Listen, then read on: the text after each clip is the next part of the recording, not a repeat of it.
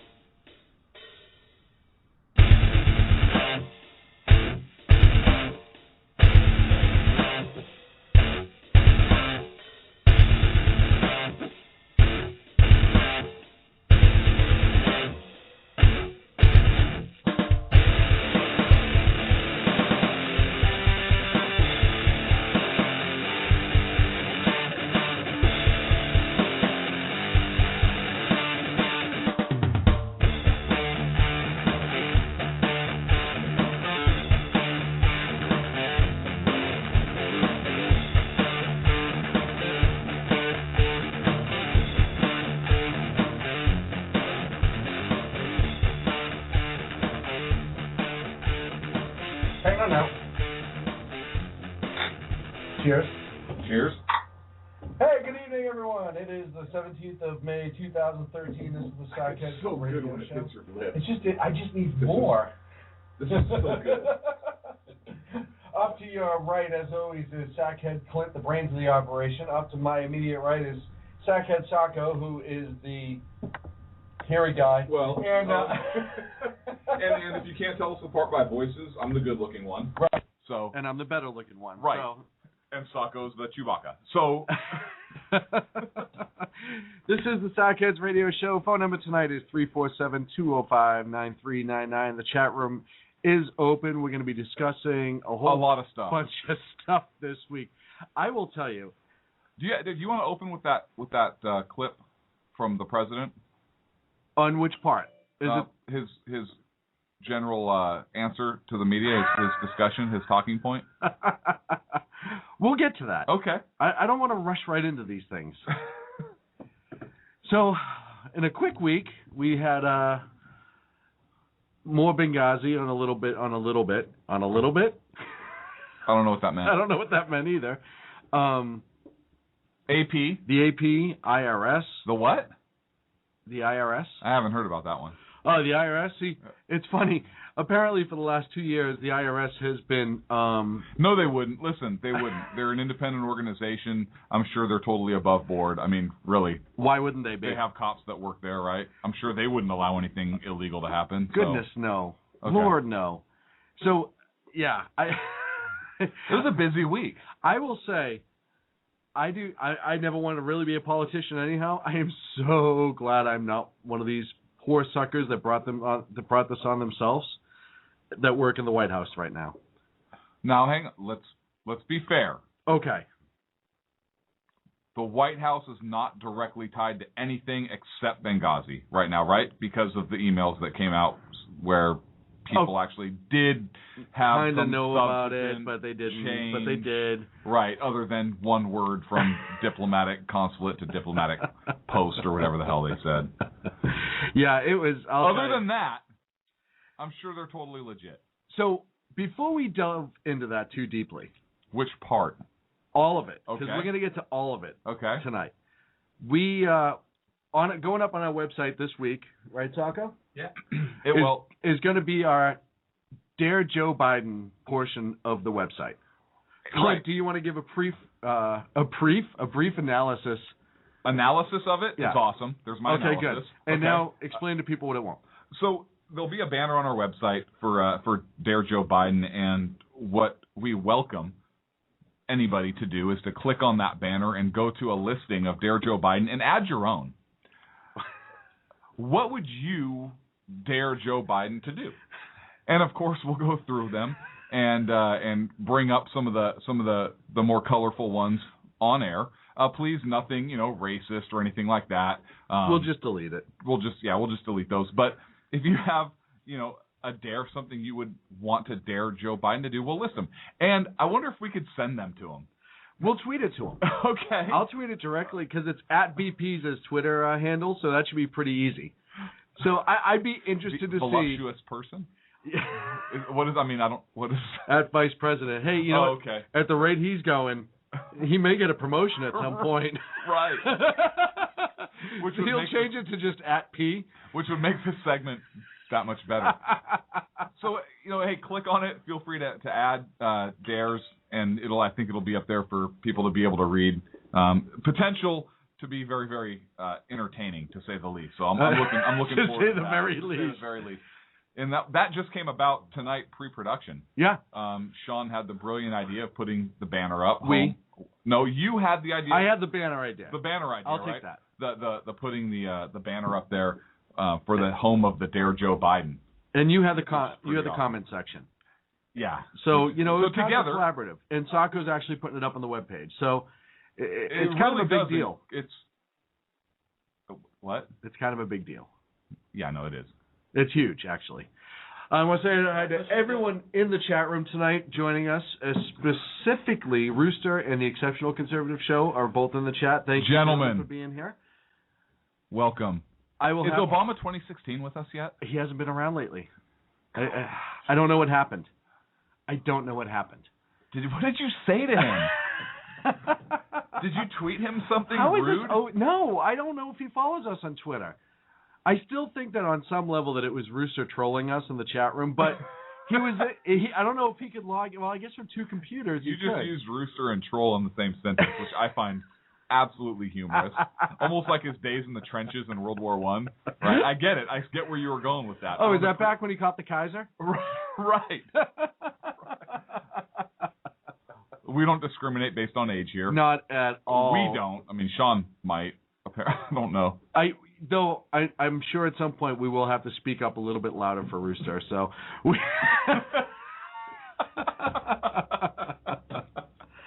grab your flintlock, boys. Hey, Rooster, does this bring back memories? The British are coming.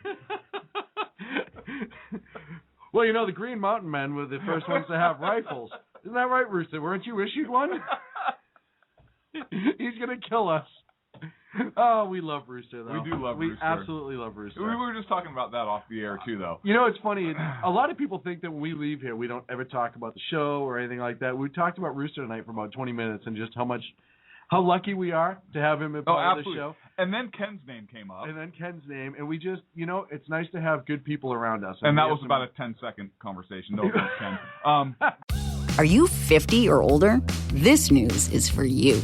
The CDC now recommends you get vaccinated against pneumococcal pneumonia. Even if you're healthy, your age puts you at risk. People 50 or older are over 6 times more likely to be hospitalized with pneumococcal pneumonia compared to adults 18 to 49. Just one shot can help protect you. Learn more and schedule at vaxassist.com.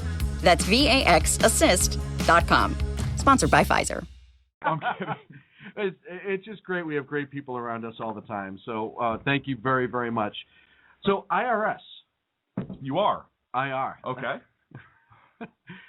So IRS is everybody's friend. Right. It's never.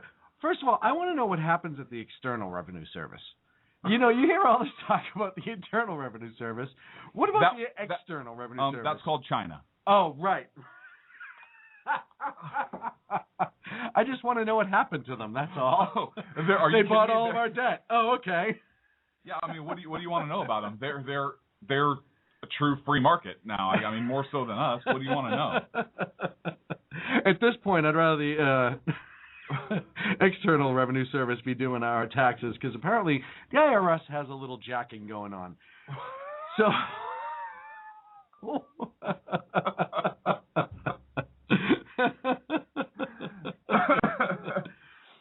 So it comes out weird, right, that for the last 2 years, and by the way, nobody in the White House knew this was going on at all.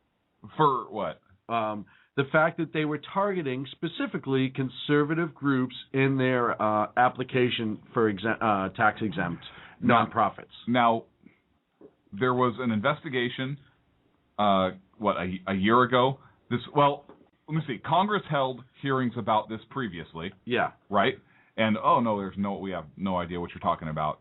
So Congress had hearings on this before, and then the Inspector General actually started doing an investigation, a year ago? Yeah. About a year ago, yeah. I have a difficult time believing that the Inspector General did not make the White House aware that something They were busy. There was an election going on. big, which could absolutely impact the credibility of the government. No, To the because there was an American people election as a going on. He was a whole. busy guy.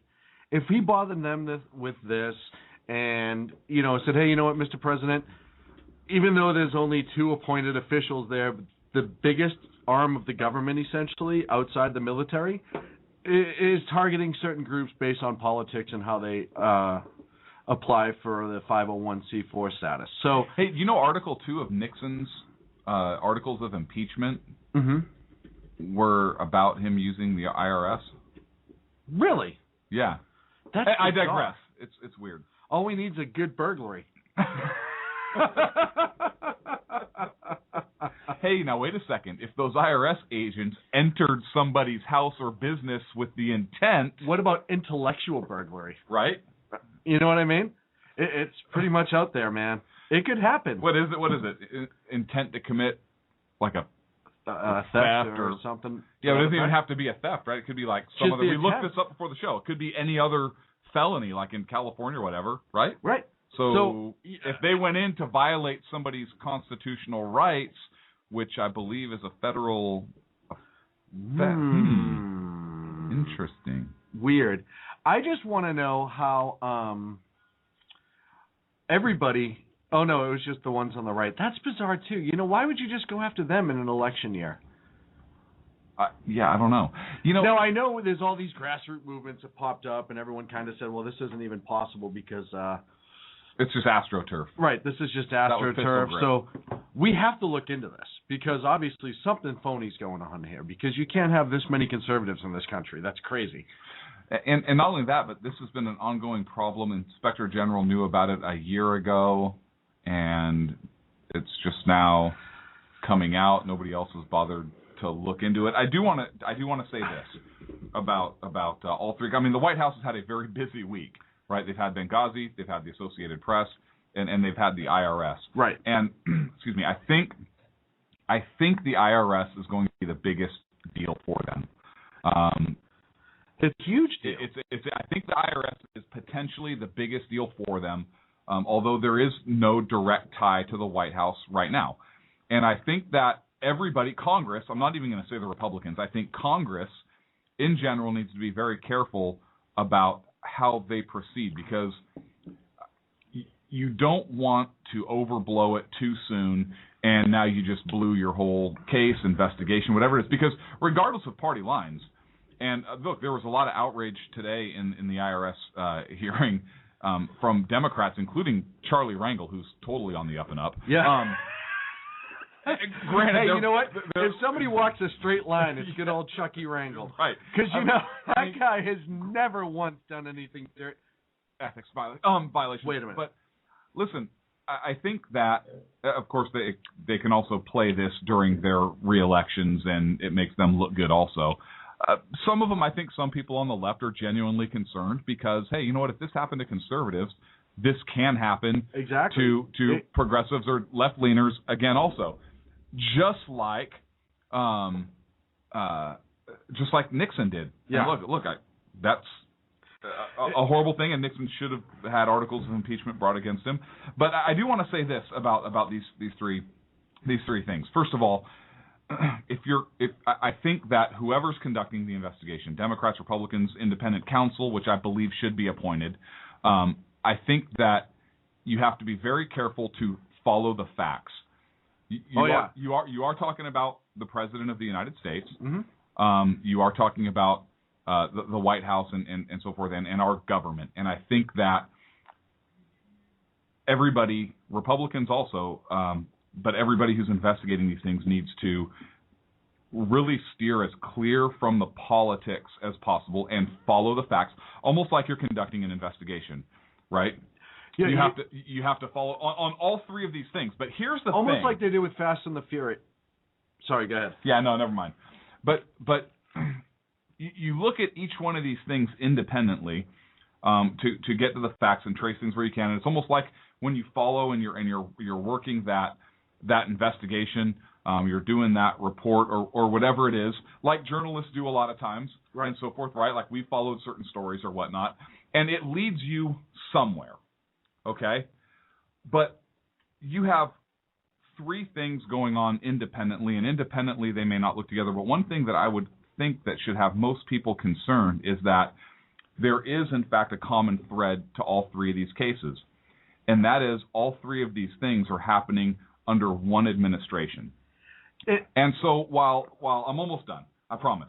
So while you have three independent things that are being looked into or investigated or should be investigated, as a good investigator, as somebody who is following the facts, I think you also have to look at the commonalities. And the one major commonality in this is the administration itself. Right. And I think that anybody who's investigating would be remiss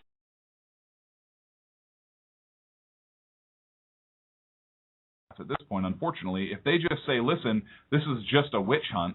Look, there are three different things going on here, and if the facts lead you to the White House, then they lead to the White House. If you look at these three things, and even though you have a central tie being all three happening under one administration, if the facts lead you elsewhere, well, then so be it. But I think that connection absolutely needs to be looked at for the good of the country. And look, if it exonerates the White House, so then be it. Outstanding. So right. be it. The facts are out there. There's not a lingering question hanging over the American people or this presidency, this president's legacy, quite frankly.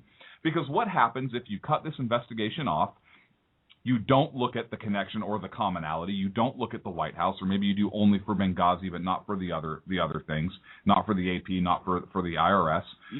You start being selective, and then you start missing things. You not only do you miss things, though, but now you're talking about, I believe, a president's legacy that is potentially tainted, right? It's kind of like the asterisks next in the Hall of Fame. Yeah. With the performance-enhancing drugs or whatever. But if you look at it and you either exonerate, which means, hey, you know what, this president's legacy is intact based upon a fair, independent investigation, or it's not. And so I wanted to issue those couple statements. One, the caution to everybody: hey, let's not politicize this. Follow the facts strictly. However, we do have to look at this commonality, the fact that all three of these incidents, scandals, as a lot are calling them, and I think a couple of them at least definitely amount to a scandal. Absolutely. I think you have to look at that common thread and the fact that it's occurred under this administration. And is it willful, or is it the fact that they're just being remiss in their duties? Is it willful, or are they negligent, or are they complicit? Are they incompetent, or what? Right. Are they negligent or complicit? And I think that needs to be answered. So well, I'll you know, throw and it back it's one to of you. those And things that's just my general statement on the entire and they all, scandals, all three of them. They all have the same defense, which drives me crazy. We didn't know. I didn't know. We didn't know. Okay, so you have a serious leadership issue here in the White House, because you should know. You know, if the IRS was 3 weeks old into the investigation and the IG said, hey, you know what, we don't know if it's enough to bring the president in, this could be a small level thing, we're just starting it, and it got leaked. Okay. I can understand it not making it to the president at that point. But how do you still not tell the commander-in-chief that, hey, we are investigating the IRS? He was playing golf. Right? We're investigating the IRS, which could have a major impact on the trust that the American people has in our government. Well, it's a major trust, because... How do you not bring that to the president's attention? Oh, I understand that, but it may not have... I don't know how the investigation went, obviously. We still don't know yet. I know it's out there, but we don't. If it was one of those things where they thought it was one person in one office, and they're like, we're going to pour through all the applications that person processed and see where their target was. Okay. I understand the rogue employee, the person who thinks they're doing the right thing, even if it's completely wrong, or ill intent. You have one person who said, hey, screw these guys. They shouldn't be around because my political beliefs, blah, blah, blah, blah, blah. At some point, out of the gate, a few weeks into it, you have to turn around and say, ooh, either political reasons the president needs to know because this is going to be a scandal, or your duties as the inspector general and the head of that agency to say, excuse me, Mr. President, we stumbled upon this. This is the course of our investigation. This is where we are so far, and this is what we plan on doing. You should know. Hey, thanks. We had hearings on it. It's been going on the investigation's been going for, what, a year now? How did he not know? Like Benghazi, them saying, oh, we thought it was a video. We were to believe because there was the tweet out of the Cairo, but no. You're the commander-in-chief. You were in the room. How did you not know? And then the Associated Press, Holder, who once again, if I had an employee who I had supervising a group of other employees, and all of a sudden, every single time I turned around, he was in the middle of the big controversy, or I'm losing product somehow, and he's the supervisor on shift, or I show up to the warehouse and all my guys are sleeping, and he's the supervisor on shift. I'm going to start saying, maybe he's not the right supervisor. He is the top law enforcement person in the country, and we keep running into all these bizarre and somewhat screwy issues going on under his watch. See, I think that Attorney General Holder has been. Look, they write all their statements out, which is why media organizations will have their talking points or their testimony the night prior or whatnot, right? So I think that when they write those out, look, somebody's looking at those. You think they're not showing those to some attorney or something, and the attorney's advising them, hey, don't answer this. You might want to be fuzzy on this. I mean, they're being protected, correct? Yeah, absolutely. That makes sense to me. So when I hear him answer, I don't know, or I wasn't aware, or I don't know, and how many times did he say I don't know in the hearing, is ridiculous. And then get defiant. But I think that is counsel advising him. That way he doesn't paint himself in the corner. He doesn't have to lie, right? But he's also not testifying and giving up the farm. Yeah, well, he recuses himself. Oh, sorry, I recused myself because blah, blah, blah. I like to say rescue because that's exactly what he did. They keep this administration as transparent as they say they are. They keep everything at arm's length, and it's almost like they're involved in the head office at Mission Impossible. They disavow all knowledge of anything going on whatsoever. Well, we didn't know. So it's one of those things where they just have to really either own it or they better darn well prove that they didn't know. Because right now... Okay, but the burden of proof isn't them to prove that they didn't know. The burden of the proof is on the investigating body to prove that they did know. Right, but if the investigating body shows up with a handful of evidence, the White House better damn have a handful of evidence to turn around and say, yeah, I know this says this, but this is why. Because if they don't, it's complete incompetence. It's either complete incompetence or ill intent. Either way, that's not good. And the IRS, I'll tell you, the IRS thing's huge because nobody likes the tax man to begin with. And I think for liberals, conservatives, independents, everybody who pays them, I think is offended by this. And I've talked to progressive Democrats that I know personally who are like, hey, you know what? It's almost like, the game's the game and that's cool, but this isn't okay for that. They're supposed to be completely this bipartisan. This is a branch of the United States government, and not only, but probably the branch that most Americans fear, hate, whatever it is, right, that has a lot of power. And by the way, they're about to get even more power under Obamacare, that is now directly intimidating and targeting specific groups of individuals based upon their belief system. And look, we'll play the clip a little bit later on. They actually asked one group about their prayers, like specifically about their prayers. So once you have, first of all, how is that a government not intimidating or being oppressive of that group's First Amendment rights?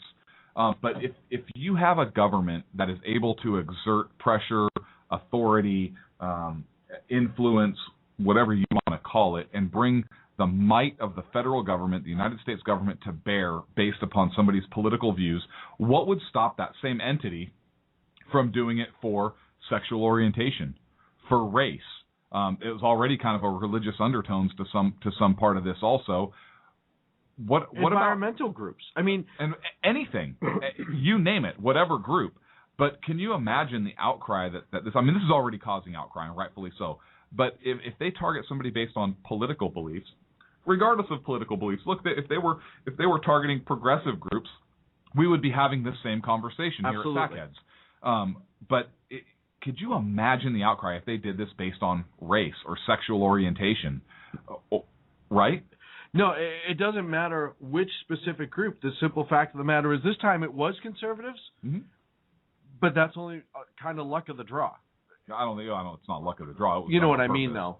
That just happened to be the way that the people in there were thinking, the ones that set it up. Right.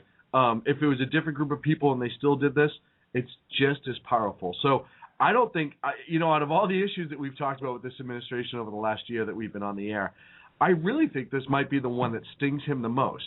And I'll tell you, this and then the AP thing is bad timing for him. If I'm the president, I'm sweating this hard because with the AP thing, it has now pissed off mainstream media. There's a lot of people in mainstream media who's all of a sudden waking up. Chris Matthews about the AP thing is a douchebag. And we despise him. But he was actually commenting against the White House for the AP scandal. So they may have woke the sleeping giant, if you will. I don't think so, because the AP just released something today talking about how the Republicans were politicizing something again, or dragging it out, or whatever term they used. So, but did you see Piers Morgan talking to the Carney? Oh God, today? Yeah. I almost pulled that clip because it's just. He asked one question. Yeah, so how'd you handle such a tough week? Or something ridiculous like that. And he was like, oh, whew, yeah, it was rough. And Pierce was like, hey, thanks for coming on. Wow, really? Shots of bourbon is exactly what he should have said. I've been drunk since Tuesday. Right. Because I don't know how else. Have you seen the crap coming down the pipe? I mean, really, I don't know how this president's even going to survive. I'm sorry.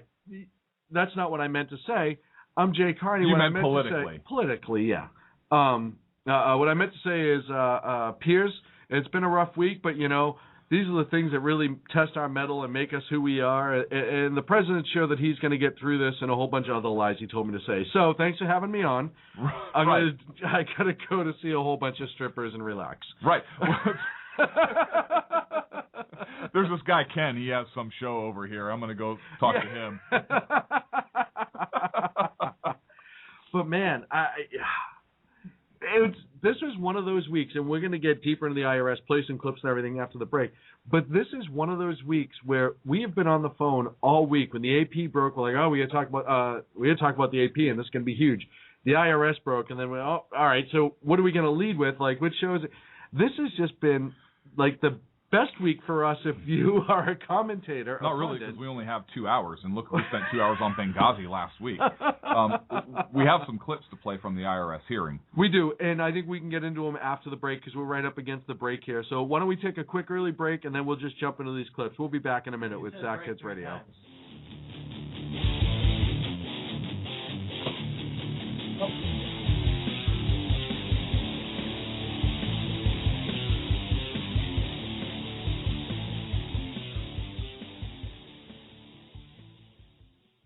Hey, if you care about what's going on in the world, you cannot afford to miss my show. Hi, this is Andrea Kaye, your host of The Andrea Kaye Show. It's not always about the money. Okay, it is always about the money, but it's also about politics, pop culture, and you. The only thing street about this show is the smarts. There's a reason they call me Dynamite in a Dress, and you'll find out why when you listen Tuesday mornings at 10 on Financial News and Talk. Hello, I'm Paul, a student at Hillsdale College. Here is my professor, Dr. Larry Arnn, on the separation of church and state.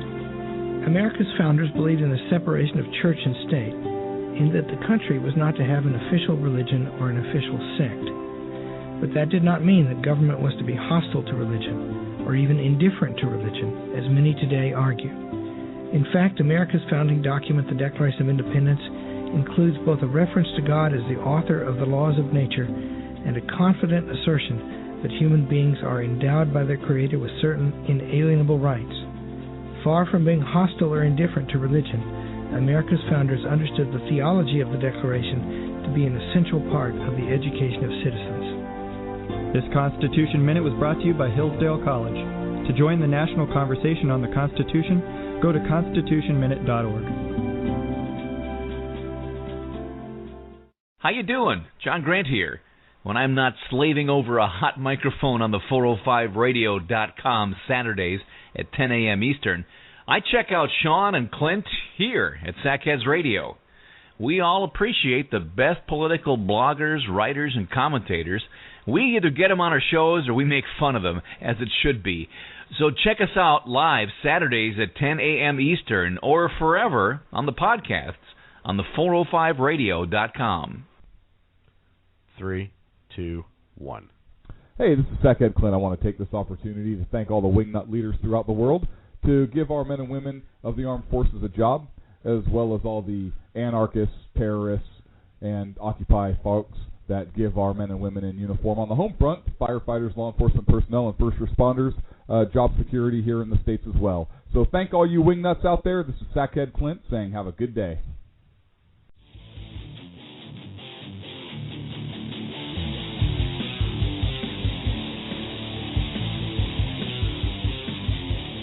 Go live.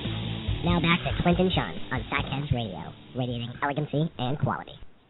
So the first clip we're going to play is some of Obama's. It's almost like a collaborative of Obama's responses to some of these things that are going on in his administration right now. We have that clip up?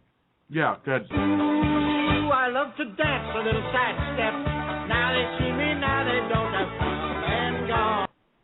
That was strictly off the record. That was strictly off the record. Ooh, I love to dance a little side step. Now they see me, now they don't have and gone. Yeah, what did he say? I think that was a definite maybe. So, sidestepping the issue. Look, did you see the one reporter asked him a pretty direct question? He answered like a completely different question. Not that he was dancing besides that. By the way, I love that movie. Was from The Best Little Whorehouse in Texas. Fantastic that movie. Great movie. And that governor, it is so Obama right now, right? Anything you can do to duck it. I want to like put a picture of Obama's face, like one of those jib jab mouths, just moving, dancing on that guy to that whole song. But there's that whole copyright thing. So here's the direct question from the reporter, and Sacco, play clip 1. You failed, Sacco. Clip 1. Mr. President, I want to ask you about the IRS. Mm-hmm. Can you assure the American people that nobody in the White House knew about the agency's actions before your counsel's office found out on April 22nd? And when they did find out, do you think that you should have learned about it before you learned about it from news reports, as you said last Friday? And also, are you opposed to there being a special counsel appointed to lead the Justice Department investigation? So that was the question. Pretty straightforward and direct. And here's how Obama answered. And this is, no, it's, go to play clip 2. This was his first non-answer. With respect to the IRS, I spoke to this yesterday. My main concern is fixing a problem. And we began that process yesterday by asking and accepting the resignation of the acting director there. We will be putting in new leadership that will be able to make sure that following up on the IG audit, that we gather up all the facts, that we hold accountable those who have taken these outrageous actions. As I said last night, it is just simply unacceptable for there to even be a hint of partisanship or ideology when it comes to the application of our tax laws. So, ooh, I love to dance a little side step. Now they see me, now they don't have and gone. So that was the first non-answer, and then it started raining. And again, I'm glad there are some people in the chat room getting a kick out of that. So he he then went back into the answer because they had to duck out of the rain because he would have melted if you turn sugar. Or they had one of our United States Marines hold an umbrella over his head. I feel bad for those Marines, and I'll tell you why. Boot camp, hey, I'm going to get a president's detail. I'm going to bust my butt. You know he's a squared away Marine, as they all are. Workboat, I'm holding an umbrella. No. I was angry when I saw that, and here's why. When those two Marines, they come up, right? One held the umbrella for the president, one held the umbrella for. I'm not just going to call him the other guy. The press corps actually laughed and snickered. Yeah. If you heard that in the clip, I was so angry when I saw that because it is so disrespectful to our men. Look, I understand you're the president of the United States, but he should have held it for them. Yeah, to disrespect the men and women. Hey, can I get two Marines up here? And then here they come with umbrellas, and the press corps kind of ha. What, you think it's funny that United States Marine is gonna fucking hold? Pardon my language. Is gonna hold an umbrella for somebody? You know, granted, I understand it's the president of the United States, but just seeing that and seeing that reaction. Well, the reaction was worse. The reaction angered me. Yeah, I agree with you. It really did. It angered me because I think it was so disrespectful for the press corps to react that way. First of all, the president, to me, seemed kind of like, give me two Marines up here. And then ASAP. And then to have the president or to have the press corps laugh or kind of snicker or whatever when the Marines come walking. I was very, very upset. Well, our military consultant Rooster says that the U.S. Marines are not allowed to use umbrellas. That's a fact. So it's okay for the president to say, hey, you have to hold it for me, but you can't ever use it for yourself while you're in uniform. So that's always interesting. So then after they got that whole debacle squared away with the umbrellas, Sacco played clip number 3. This was his second non-answer in almost 5 minutes. Go. But let me make sure that I answer a specific question. Please. I can assure you that I certainly did not know anything about the IG report before the IG report had been leaked through the press. Typically, the IG reports are not supposed to be widely distributed or shared. They tend to be, a process that everybody's trying to protect the integrity of. But what I'm absolutely certain of is that the actions that were described in that IG report are unacceptable. So, in addition to making sure that we've got a new acting director there, we're also going to make sure that we gather up the facts and hold accountable and responsible anybody who was involved in this. We're going to make sure that we identify any structural or management issues to prevent something like this from happening again. We're going to make sure that we are accepting all of the recommendations that the IG has in the report, and I'm looking forward to working with Congress to fully investigate what happened, make sure that it doesn't happen again, and also look at some of the laws that create a bunch of ambiguity in which the IRS may not have enough guidance and not be clear about what exactly they need to be doing and doing it right so that the American people have confidence that the tax laws are being... Ooh, I love to dance a little side step. Now they see me, now they don't have and go. First of all, wasn't that almost the exact same answer he used for Benghazi and Fast and the Furious? He just changed the application. I don't know. So you didn't know an Inspector General report was issued or what was in that report until it broke in the media. Okay, that's interesting. Second of all, so are you not aware by design, or are you not being honest with the American people? Because if you're purposely being kept from having this information brought to you, like, hey guys, I don't want to know, plausible deniability, then how can you effectively govern, first of all? Second of all, how is it you are upholding your responsibility per your oath of office, which, as I'm also not mistaking, is how the articles of impeachment against Nixon ran? How can you uphold your oath to protect and defend the Constitution of the United States as well as uphold the laws of the United States of America if you don't know what's going on. So is this on purpose? And if so, who gave that order? And if it was the president, then he's remiss. And if he does know what's going on and he's being untruthful, well, now he's lost the respect of the American people, and I believe the right to govern at that point. So which is it? Is he Sergeant Schultz, or does he have some grand tactical scheme like a mob boss where nothing comes back to him? You know, and that's one or the other. I mean, that's kind of what it works out to be. I know nothing, I see nothing. Right. Or, hey, whatever you do, make sure that this doesn't ever come back to me. And that's the sad part. And it's funny because Carney gave, and I think it's clip number 5, Carney 2 days earlier on the 14th was holding a press conference, and you could tell the answer becomes pretty much the same answer, and they've said, all right, these are the terms that we're going to go with once again when we're in the midst of a scandal. Sacco, play clip 5. In addition to that, the IRS has nope, that's not it. Targeting conservatives. I said, what'd you play, clip 5? Don't play it again because something screwed up with it. But essentially, it was from the 14th. It was the exact same answer, and it's the same one that they give over and over and over. And at no point, you know, I tweeted this out and I took some flack for it from a lot of even independents, liberal. Does this administration take responsibility for anything that's happened in the last 5 years outside of Obamacare?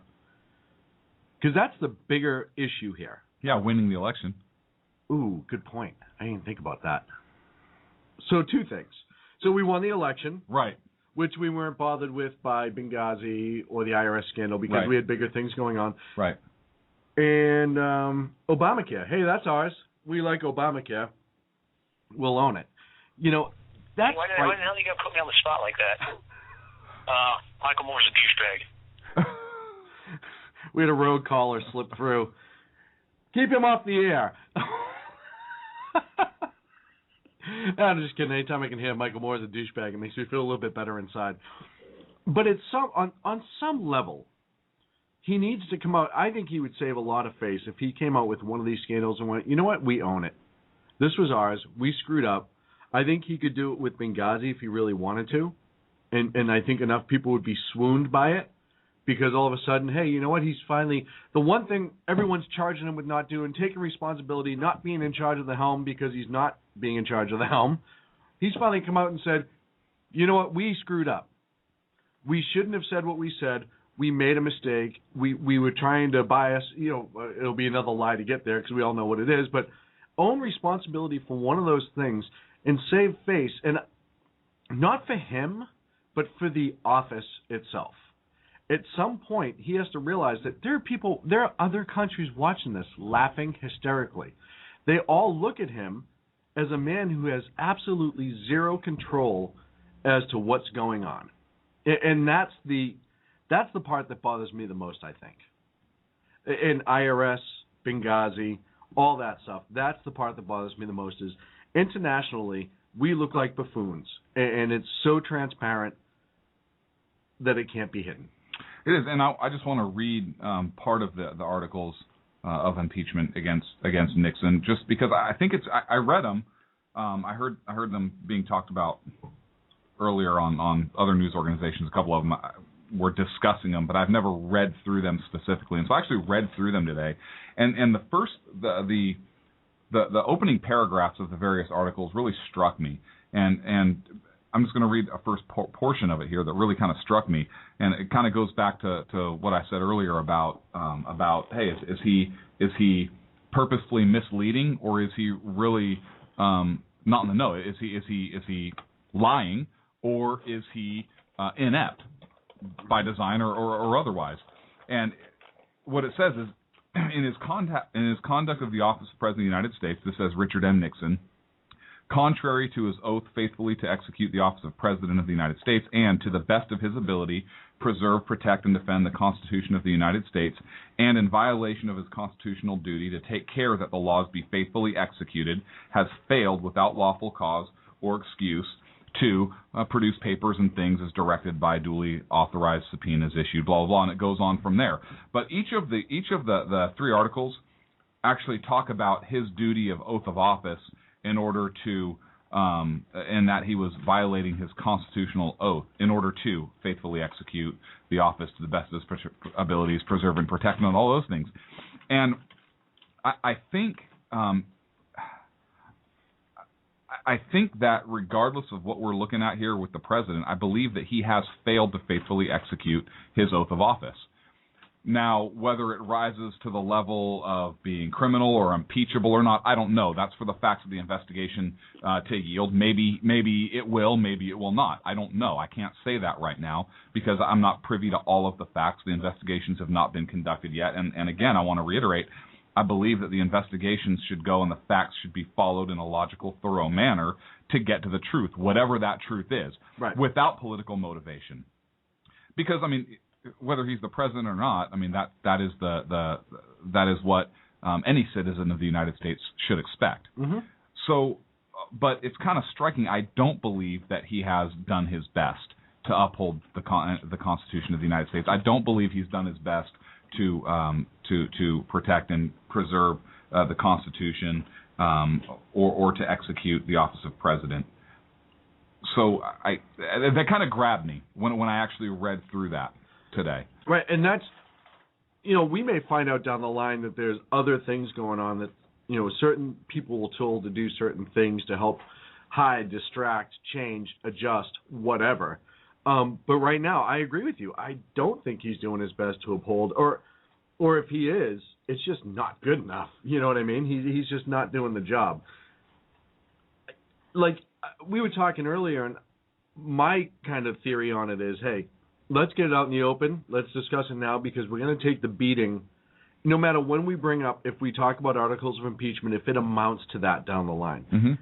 If we bring it up later, and God help us if it's near November, that's the first thing they're going to, this is all political. All that stuff was done. Look at what Carney did with Benghazi. That's going to be the same narrative that they use towards everything else. That's all old news. We dodged that. Why do we have to bring it up now? Why is there... Yeah, you know what else is old news? How's about this? What if you threw this back at him? Hey, you know what? Yeah, slavery. That happened so long ago. That's old news. There's no slaves today. Why are we still talking about it? Right. Civil rights movement. That was so long ago. That was the 60s. Benghazi was 8 months ago. This was 40 years ago. Why are we still talking about it? They would go ballistic. Are you kidding me right now? I agree, but that's because the media is on their side and allows them to go ballistic. They feed a whole bunch when it's convenient for that. And time. Michael Moore feeds a lot. I just picture now with him, Pizza the Hut. Pizza the Hut. Just sitting there with his hat on. Pizza the Hut. Hello, Lone Star. So, I pulled. I do want to start talking about articles of impeachment on Nixon. I also pulled articles of impeachment on Clinton also, and it opened the same way. The articles in his conduct while President of the United States, William Jefferson Clinton, in violation of his constitutional oath. Blah blah blah blah blah. So I see a common thread here. Yeah. Well, it's a funny fact you brought up. What was the fact that you brought up to me? I think it was yesterday about Democratic presidents since 1980. Oh, you know what's weird? If you look at since 1980, every president before the completion of his time in office, every Democratic president since 1980, every single one of them prior to his term ending has been impeached. The Senate hasn't convicted, but every single one of them has been impeached. That's amazing. It is, if you think about it, right? And a lot of it was for the exact same thing. Right. Well, somebody got a blowjob, but that's a different story. Hey, you know what, though? I go back to Kennedy. Kennedy did it, and nobody cared. Well, he didn't get impeached. We're talking 1980. Listen, don't screw up my narrative here, okay? Look, if the progressive press can spin a story, so can we. Every single Democratic president since 1980 has been impeached before the conclusion of their term.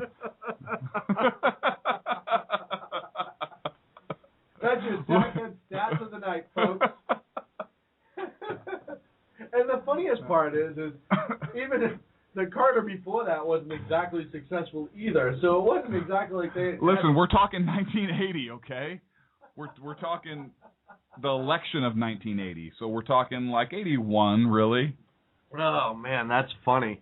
Yeah, and then they wonder why we don't put them into office. Because it's almost like they get there and go, yeah, this is good enough. Right. Now, hey, they wonder why we don't put them into office. Was that racist or funny?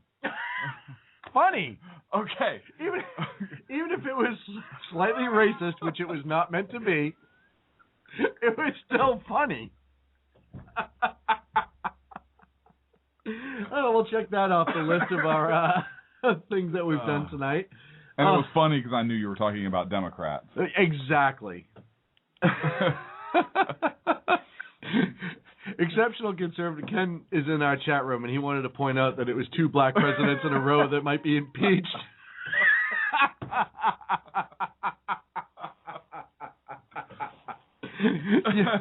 You're right. I do see a common trend in this country. Hang on a second. And Rooster in the chat room just wrote spooged. And I don't know if he spelled it right. No, he did.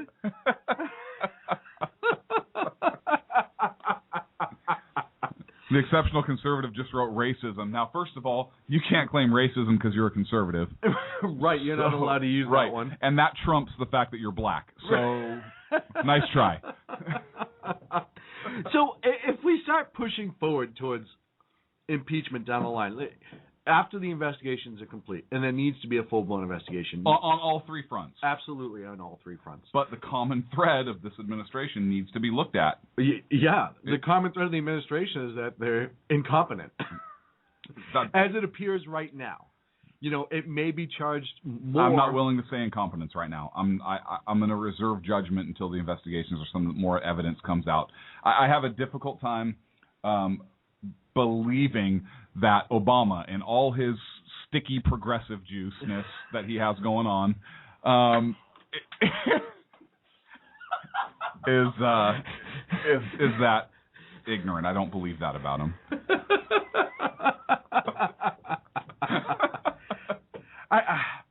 I have a hard time because, you know, part of me almost thinks that he deals with what's important to him and everything else he just kind of lets other people deal with. I want to know how much of this stuff got to Biden. What, sticky progressive juice? No. Just like the IG thing. Well, before we go to the president, let's run it up the chain. Why don't we stop to Biden? And they walk in the office. Excuse me, Mr. Vice President. He's sitting there. Hold on a second. And he's throwing darts up in the air and trying to catch him in his teeth. You know, or trying to stick pencils in the ceiling. Wait, 9, 10. That's my record, boys. Glad you're all here to see it. I'm going to write a vice presidential letter of accommodation for me. Mr. Vice President, just so you know, we have a scandal breaking at the IRS. Huh. The IRS. Interesting. I don't know why we still have the India Revenue Service, but it's not our problem anymore. Just tell them not to worry about it and head on back. And then all of a sudden, like, the last staff meeting where it was brought up, and they were like, oh, yeah, Mr. President, we told the vice president about this, but apparently the IRS was targeting conservatives. Hey, Joe, Joe? And you just hear him running down the hall. Thanks, Joe. How much of this could he blame on Joe? Like, if push came to shove, think about that. You have the ultimate straw man there. There is no way Joe Biden... Look, Joe Biden wants to run in 2016. There is no way he's taking the fall for this. If anything, Biden's going to be pushing Hillary off the cliff, right? Take the fall, bitch. I got this shit in the bag. Cigarette hanging out the side of his mouth. He's in his boxers. Scruffy. He's got one brown sock on, one blue one with those crisscross German sandals walking up and down the... And a skid mark.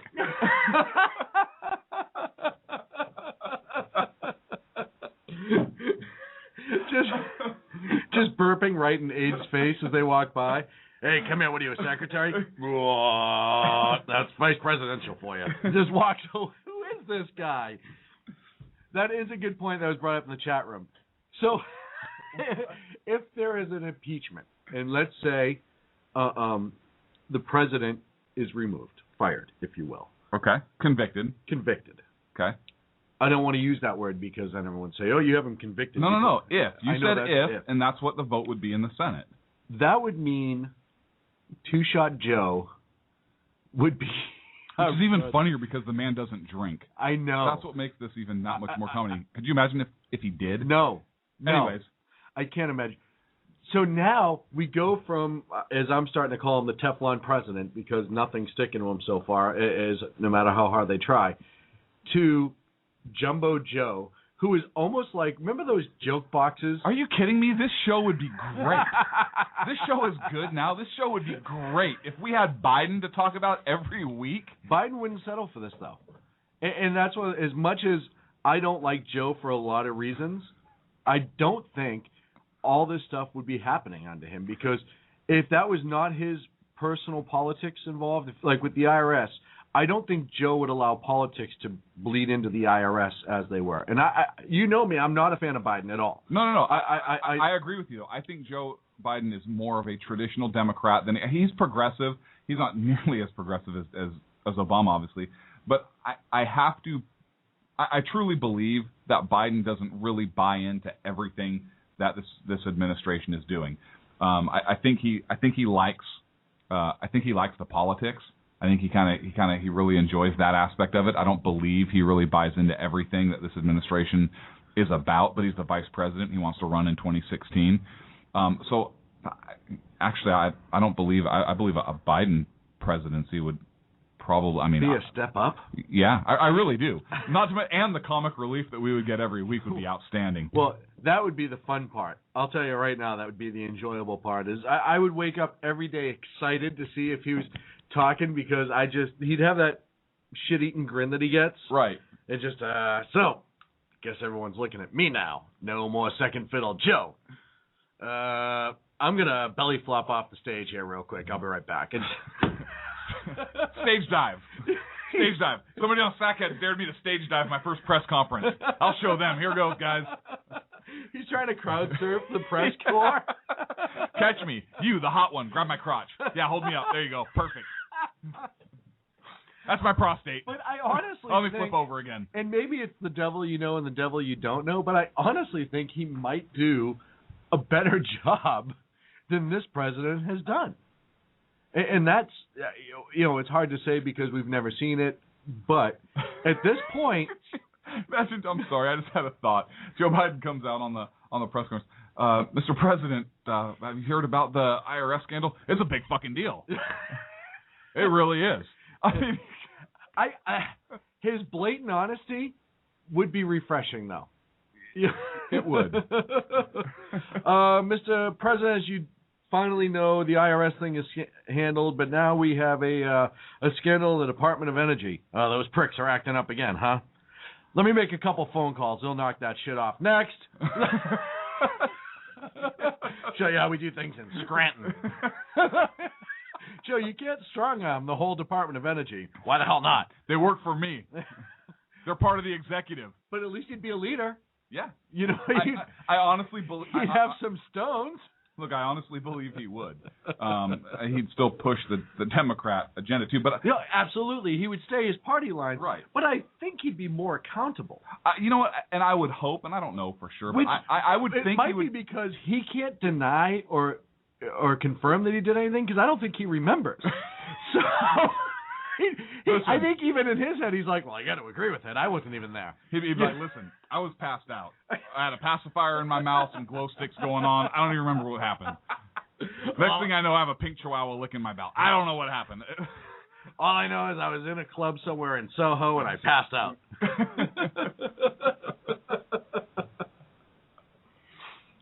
But it would be a easier presidency in the sake of, I think he would be legitimately more transparent. I think he would take it on the chin when they screwed up.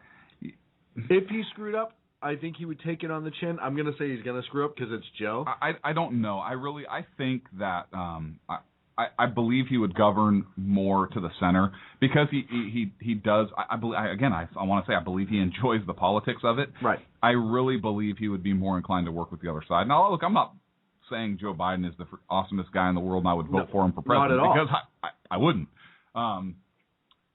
But I think he would be, compared to what's in there right now, I absolutely believe it'd be a better way to go. But again, look, I'm not calling for the impeachment of the president unless the facts lead us down that road. Let me ask you this. If you're the Democrats right now and you have to make a play for 2016, and you're watching the wheels fall off the Obama bus, and it could go south for him quick. There could be a lot of bad things that come out. Could. And you say, this is a good opportunity to get him out. We're going to have to take that scar for a few years and have it be bad, but we could save face by 2016, and it might give a good preview for Joe to run. If you're the Democratic Party, do you start, if the articles of impeachment are there, if you can legally do it for the right reasons, for the legal reasons, and convict, if you're the Democrat strategist, do you start getting Democrats on board for the impeachment? You know what? And then they can say they were bipartisan, they went against their own because he was doing the wrong thing. There's a lot of political gain. And now you would have Joe Biden have to come out and give a statement basically condemning it and so forth. I believe if you see impeachment of this president, I believe that Hillary Clinton is done. Yeah. Because it'll come back to Benghazi. And look, I know Bill has a lot of power, but I think, look, I don't think this president's going to go down alone. I really don't. I agree with you. And I think he would take – but Joe has been kind of hands-free of a lot of this stuff in the sense of, yes, he's involved in the decisions, but he hasn't been on the front of the newspapers. His name hasn't come up a whole lot. He's the vice president. He's got one job, and that's to break a tie in the Senate. That's his only job, right? And to, like dance in his underwear on stripper poles. I don't know. I mean, Joe doesn't do a whole lot. He doesn't do okay, a whole that's lot. not what he's supposed to. I know. So, but if you look, he could go in front of Congress and be like, "Hey, what do you know about?" I don't freaking know anything. My job's to break a tie in the Senate. We don't have one of those, so I fly my remote control airplane around the White House. I mean, I just picture him kind of like Tom Hanks in Big. Where he's like, he gets all these cool toys and stuff, and he just has to go to work every once in a while. Right. But even when he gets there, everyone loves him just because he's a big child and he's working at a toy place, so they all just kind of think he's rad, if you will. Rad. Yeah, well, the movie Big was in the 80s, so nice I had to work. use an 80s no, I reference. got it. I'm bringing it back, old school style. But that's something where I think the Democrats seriously have to start, hey, if we're going to win this election, we have 2014's around the corner, we could take a huge hit if the Obama administration, if the impeachment goes through and this does happen. We could take a huge hit. We're going to lose. We could possibly lose the Senate. And if we don't clean up by 2016, we may not get neither in. And that's why. Well, look, they have a shorter term problem to worry about. They have the 2014 midterms coming up. Yeah. So they have an issue now where they are looking at if they lose the Senate and if they lose more houses in the seat. What if the Republicans pick up enough to override a veto? And now you can get rid of Obamacare. You can undo a lot of things. So I think the Democrats have bigger problems to worry about. And I think that's why you have guys like Charlie Rangel acting all indignant at these IRS hearings and so forth, because they understand that they have to talk to their constituents. Yeah, absolutely. And answer to them during the midterms. So look, there's obviously concern, I believe. Yeah, going on with the Democratic National Convention, and there should be, and there should be. You pose an interesting question, though. But yeah, I think if it starts going that way, they would have to do something else. And again, if the facts do lead to the White House, and again, if they may not, we don't know. But if they do, I believe Hillary is done also, unless she strikes a deal like Rooster talked about last week. But what if there's other things going on? I mean, it does so much damage, to the surface yet. Especially if Joe Biden gets a year or two to govern and does a decent job and brings people together, then I think Hillary's done. Yeah, and that's something I've been thinking about too. And then if you're, in my opinion, if you are the Republicans, impeachment may go against you in 2016, because if this starts falling apart, you might be best to let it keep falling apart and let the country see how misguided and when it comes out officially, if there's any ill intent, but even incompetency. You want that to stay on the surface, especially going into the midterms and then 2016. You want that to be full bore. Because that could get you the White House for 8 years quick. It could, unless the president resigns like Nixon did, and saves the public outpouring as much as he possibly can. Anyways, look, I understand we're up against a break. We are up against a break. On the other side, we're going to have Rooster from ConservativeOutcry.net, and we'll be back in a minute with Sackheads Radio.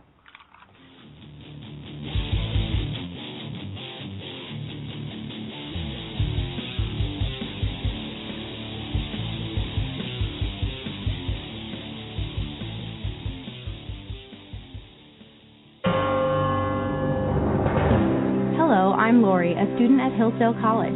Here is Hillsdale President Dr. Larry Arnn on how the founders viewed God as the source of our equality and legal rights. America's founders knew, obviously, that human beings are not equal in terms of strength or beauty, or in terms of intelligence, industry, or talents. They understood that because of such differences in talents and things like that, some people would be wealthier than others. But human beings are equal, the founders believe, in their possession of natural rights, such as the rights to life, liberty, and property. Today, many Americans reject this equality of rights in order to pursue equality of condition through redistribution, or spreading the wealth around, to use a famous formulation. This is destructive of liberty as the founders understood it. This Constitution Minute was brought to you by Hillsdale College. To join the national conversation on the Constitution, go to constitutionminute.org. Hey guys, it's Sean from Sackheads Radio. I know I've said it before. Check out our friends at ConservativeOutcry.net, but I really mean it. If you want interesting and exciting political commentary and analysis, that is the place to get it. Different, always spot on, always truthful, never pulling a punch. ConservativeOutcry.net. Tell Rooster to get Bulldog back on and that Sackheads Radio sent you. And also, coming soon, the Sackheads Radio Forum on ConservativeOutcry.net. How you doing? John Grant here. When I'm not slaving over a hot microphone on the 405radio.com Saturdays at 10 a.m. Eastern, I check out Sean and Clint here at Sackheads Radio. We all appreciate the best political bloggers, writers, and commentators. We either get them on our shows or we make fun of them, as it should be. So check us out live Saturdays at 10 a.m. Eastern or forever on the podcasts on the 405radio.com. Hi, this is Sarah Marie Brenner. You know, we often talk on the Brenner Brief about the fact that there really needs to be an organization to help people at the local level who are interested in running for things like school boards, city council, and other local offices. Well, I think I finally have the solution for you, at least for you women out there. It's called Politigal Network, POLITIGAL Network.com. Their website's going to be launching mid-August, but they're already on Twitter at PolitigalUSA. I encourage you to follow them and become a member. Their goal is to be the #1 resource for conservative women. So if you love freedom, liberty, the United States of America, and politics, check out PolitigalNetwork.com or Twitter at PolitigalUSA.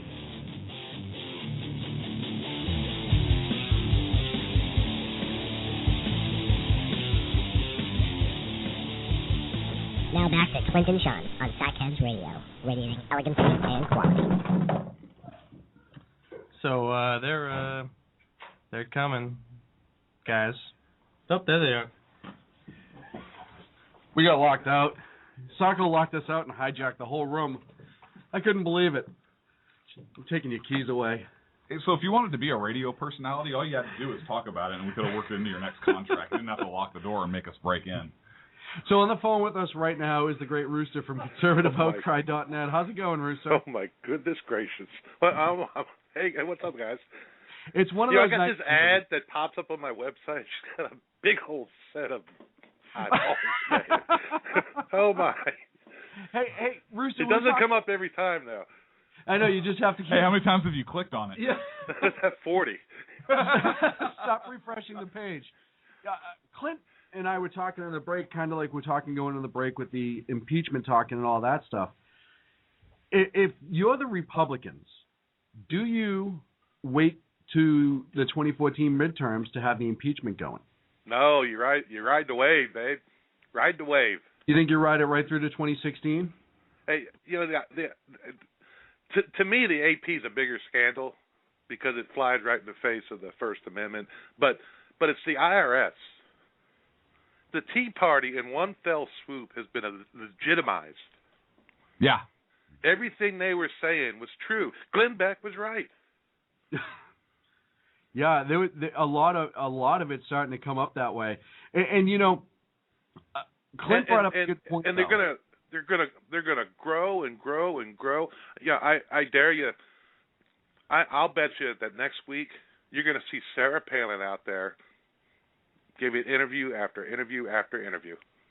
Yeah, well, I think this is what the Tea Party needed, and I agree with you. They're in full force right now. But I also think that this is what the conservatives who are non-Tea Partiers needed to turn around and say, hey, you know what? We're conservatives too, right, wrong, or indifferent, whether they are actual conservatives. No, they're right. Or they're conservatives in name only. Hey, we're conservatives too, and they went after our group. And I think in a lot of swing states, and that's going to be, as it is every election, a big deal, that might hold some clout. And Clint, we were talking about the potential on what you do if you're the Republicans, if you're the Democrats.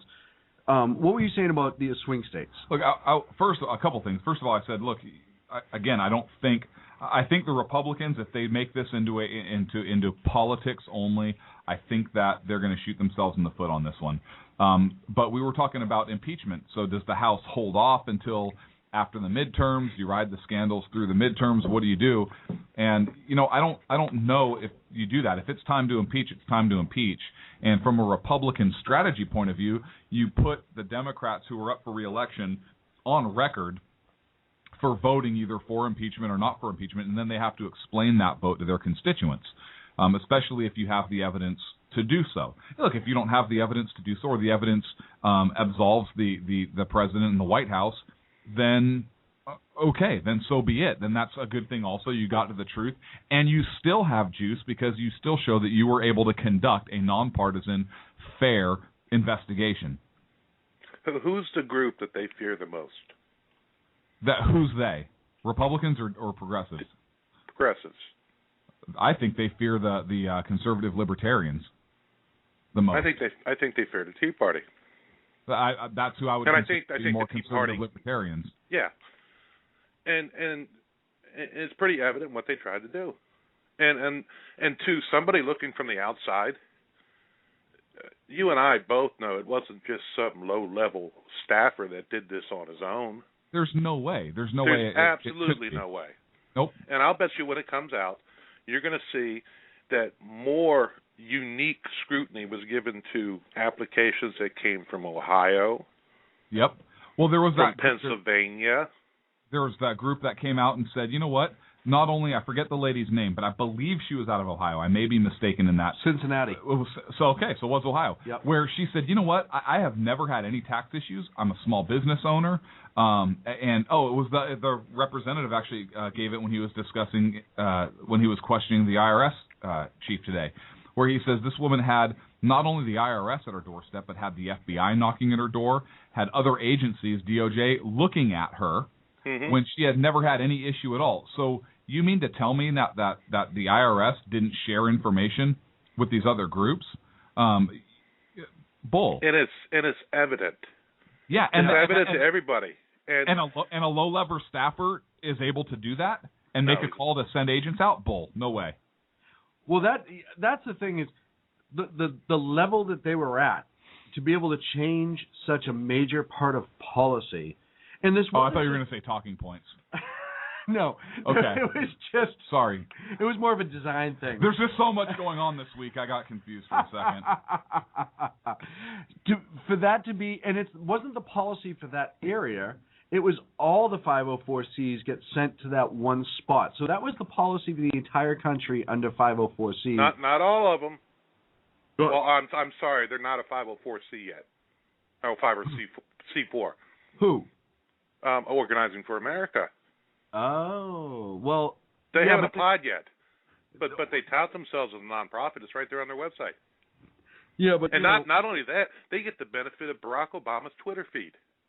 Well, yeah. Why wouldn't it? I mean, come on. You can just give that away to anybody. Why shouldn't anyone just be able to play the president on Twitter with the millions of followers that he has? How is that not okay? You know. But now, but you know what? That falls again with what this president does, he now has deniability, because if something goes out on that he doesn't like, he can say, well, there's other groups that have the access to my Twitter feed, and that wasn't me that was sent it out. That must have been them. Yeah, but you know, the Black Panther deal, that was beatable. Fast and Furious, throw that in, that's beatable. Benghazi, that's beatable.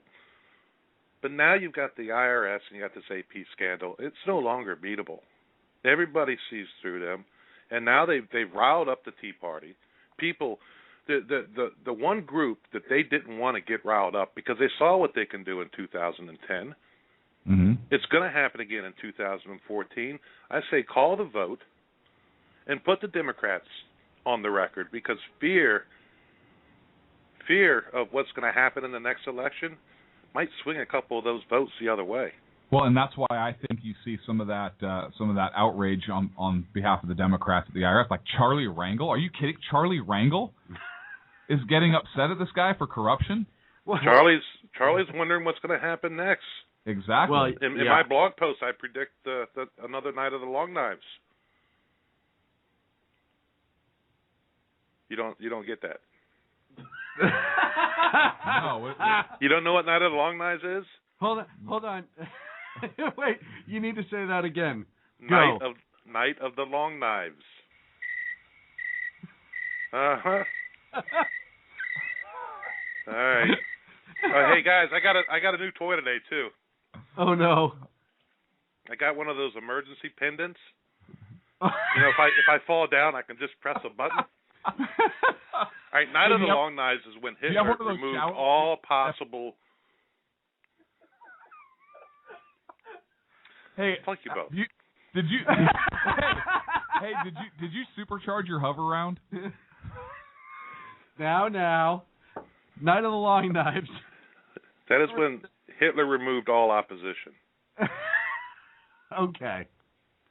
You don't remember that. You never learned that in school. You remember that, Rooster? I was there. I got my rascal. I don't remember that reference specific. I don't. All right, Wikipedia, you'll find it. That's a trusted source. Yeah, seriously. Have you ever? Well, then look at it anywhere else. It's the night that Hitler went around and rounded up all the SA and shot them all. Oh, well. So without going to that extreme, obviously that was the attempt, was to squash the opposition, essentially. Yes, that's what it was. And I agree. I had no idea that that's what it was called. Yeah, that's what it was called. But I do know what you're talking about. But I think one of the things, and Aaron, I'm appalled. Well, actually, I'm surprised that Clint doesn't know that was not what it was called. I figured he'd read all about it. You stumped the professor. I did not know that was the name of it. I am shocked. That's the first time I've seen him stumped in a long time on here at Rooster. So congratulations. Now, if you would have said, he's probably busily typing away on the keyboard now, trying to find it. No, if you would have said Operation Hummingbird, like the real name, then I would have known. No, I had no idea that's what it was called. I really didn't. Rooster, before I take a lot of flack for it, I have to fix one thing with you, and I apologize now. Okay. Red, white, and blue. That's a joke, son. A flag waver. Because to date, you are the only person that gets their own intro on our show as a guest. So hang on, I do have to bring something up. Exceptional Conservative, playing Racist or Funny, said that long knives and they use guns is racist. So I think that's our first racist call on this show. Yeah, for Racist or Funny, that ended up being racist. And it's amazing that it was racist, and it had something to do. It doesn't matter. Now, I think some of the things that are coming out in this that are really going to aggravate people is the amount of depth that the IRS was getting into these applications. And it wasn't standardized questions. What do you raise money for? What do the funds go to? Blah, blah, because they can't go towards political parties. It has to be, it can be for political awareness, et cetera, et cetera. But this was one of the questions that the IRS asked a group that was applying, and I believe it was a pro-life group, and it doesn't matter. And this was Representative Aaron Schock, who read the question to the chief of the IRS. Their question specifically asked from the IRS to the Coalition for Life of Iowa, quote, please detail the content of the members of your organization's prayers. Would that be an appropriate question to a 501c3 applicant? The content of one's prayers. It pains me to say I can't speak to that one either, but that's an... You don't know whether or not that would be an appropriate question to ask an applicant? Speaking outside of this case, which I don't know anything about, it would surprise me that question was asked. Well, that makes sense. That question was asked. I just read it to you. So is that appropriate? Answer the frickin' question. Well, my own group, the Tea Party Patriots Promoting Liberty and Justice as directed by the Constitution, the question to me was, please prepare a list of all Doobie Brothers material, including my music collection. Which is just a weird... did they ask you for a copy of it all? Yeah. That would be copyright infringement, and then that's a whole totally different scandal. Maybe the IRS is trying to get all copies of music for free because now you can't do it on Napster and they're trying to sidestep it. Maybe that's what this is all about. There's no political gain involved whatsoever. Maybe it's all, especially the Doobie Brothers. Well, I figured, oh my goodness gracious. Eric Holder just sent me a tweet. Oh, are you kidding me? He did. It said, did you see this tweet about you? And there's a link. Somebody hacked Holder? That's something a whole about hack. Pictures of me floating about the net. Click the link to see. That's a common hack on Twitter where it's a virus. When you click on it, it's on direct messages. I know that. Oh, I thought it's a joke, Sean. I thought you were being dead serious. I was like, wow, somebody hacked Holder's account. That's pretty ballsy to do. You know, one thing that people aren't talking about really is that especially with the Obamacare, this president has erected a multitude of new offices. No, Bill Clinton erected. Hang on, and sent hither swarms of officers to harass our people and eat out their substance. It's the SS. In the form of the IRS. No, that's the SS. Not the IRS. That's the SS. That sounds familiar. Oh, that was in the Declaration of Independence. One of the reasons we fought for our independence. Right. We've already covered that before, is what you're saying. Government. Well, hey, Clint, I got a question before I go. What? I mean, yes, sir. What is executive privilege? What do you mean, what is executive privilege? What is it? Where the definition? Where the president can't testify before Congress because he has to know. No, but why can't he do that? Why can't he assert it? Something about candid advice from his counsel or something like that? He said that? No, I'm asking what the definition of What are you asking about? He executive privilege, he can't testify before Congress or let things be known because he has to be able to get candid advice from his advisors in order to make decisions on behalf of now, with that said, and that is the definition, how can a man that is so out of the loop on everything ever assert executive privilege? No, and that's a good point, but that goes back to almost kind of to what I was saying in the articles of impeachment that we read with Nixon and Clinton, where if you are that far out of the loop, how is it you can faithfully execute the office of President of the United States? I think that in and of itself is a violation. Would you agree with that? I do. Yeah, I would wholeheartedly agree. So how could he not be impeached based just on that and his simple admissions that he has no idea?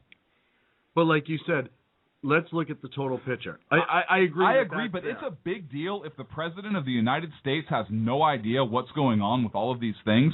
That's a big deal because either his staff does not have confidence in him, or he doesn't want to know for whatever reason, and he's incapable of governing. And as a result, in either case, he shouldn't govern. You have to look at his schedule. He's got a lot of golfing going on. He has to go to Vegas occasionally for parties.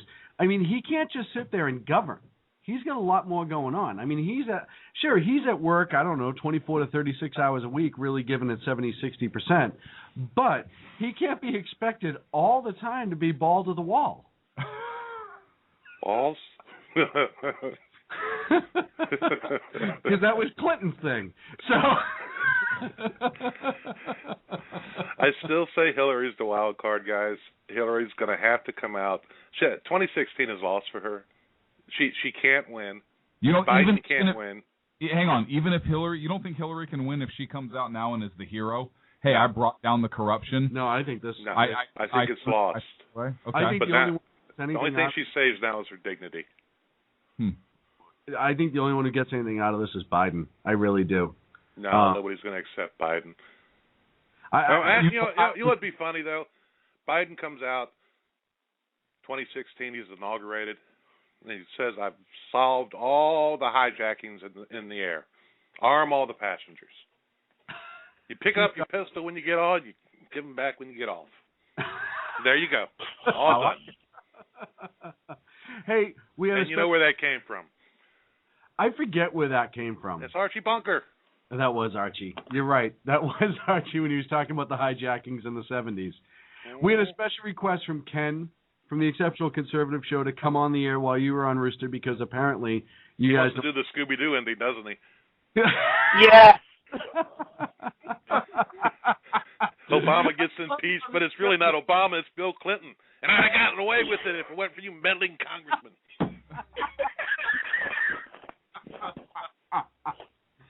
Ken, the Exceptional Conservative Show, welcome to this evening. How are you, sir? He gave it away, the Scooby-Doo ending. Oh, my God. Now I don't have to watch the whole show. Hey, I don't know. Or that could be your new banner. Come up with the ending. Come up with a Scooby-Doo ending to the Obama presidency. That would be a really good gimmick. We might have to write that down. Thank you. I don't know. I would think it would be Joe Biden. Well, no matter what, it has to be Joe Biden. It's just how do you get there? But then who is Biden? No, you know what? It's George Bush because he just blames himself.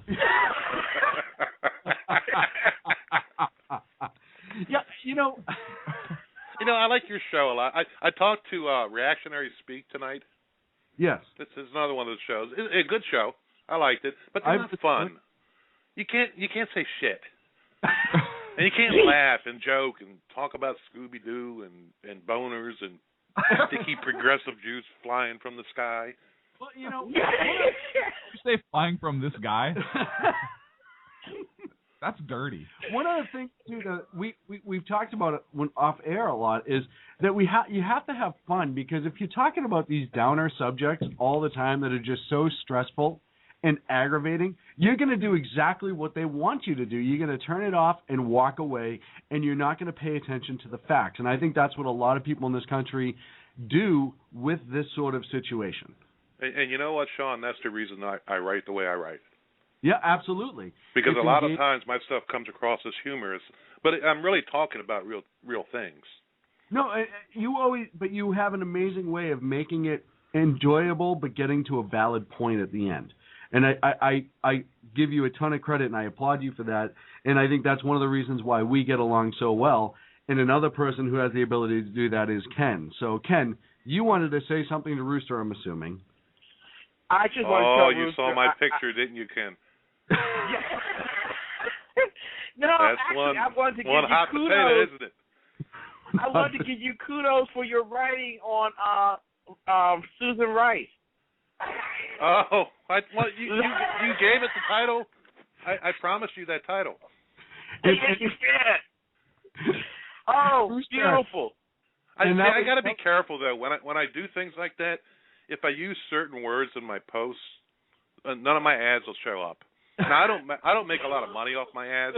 I make about $150 a year, but it pays for the website. Rooster, because my post this week was going to use the word blowjob, but as soon as I used blowjob, everything went offline. And that offset it. Tell everyone the title of the post, and it was to cover the Benghazi. It was our Benghazi show, if I remember right, a couple weeks ago. Oh, Susan Rice, love you long time. That was the post. So check that out at conservativeoutcry.net. Gentlemen, we're up against our last press scandal with Holder, so I'm going to throw you guys back on hold, and we will see you here in a moment on Sackheads Radio.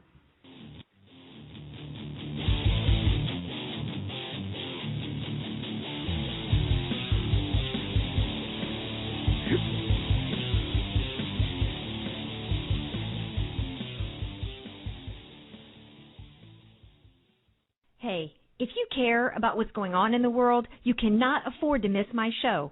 Hi, this is Andrea Kaye, your host of The Andrea Kaye Show. It's not always about the money. Okay, it is always about the money, but it's also about politics, pop culture, and you. The only thing street about this show is the smarts. There's a reason they call me Dynamite in a Dress. And you'll find out why when you listen Tuesday mornings at 10 on Financial News and Talk. Hello, I'm Paul, a student at Hillsdale College.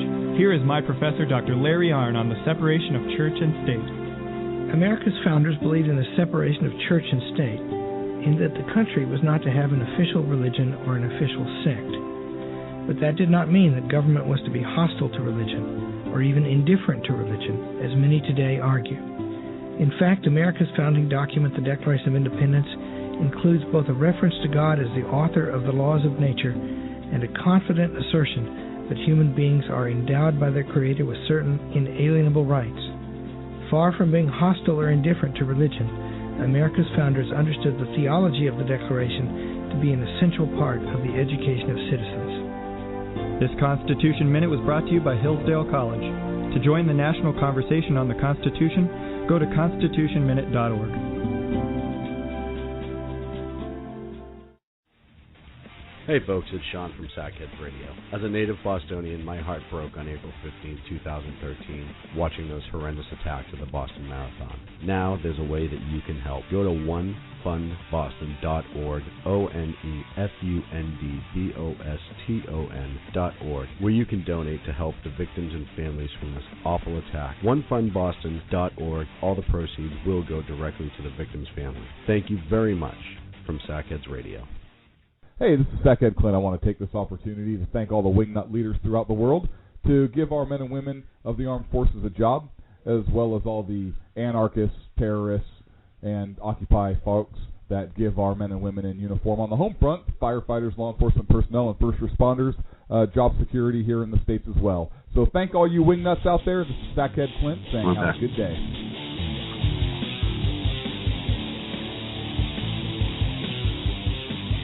Now back to Clint and Sean on Sackheads Radio, radiating elegancy and quality. So I saw a great meme one of the days this week of Jay Carney, and it said, the administration does not know at any time what the administration is doing. And I think that greatly sums up what has been going on over there recently. So for whatever reason, Oprah's boyfriend Stedman was testifying this week, and it had something to do with A&P, which I believe prevents diaper rash, and something about phone taps.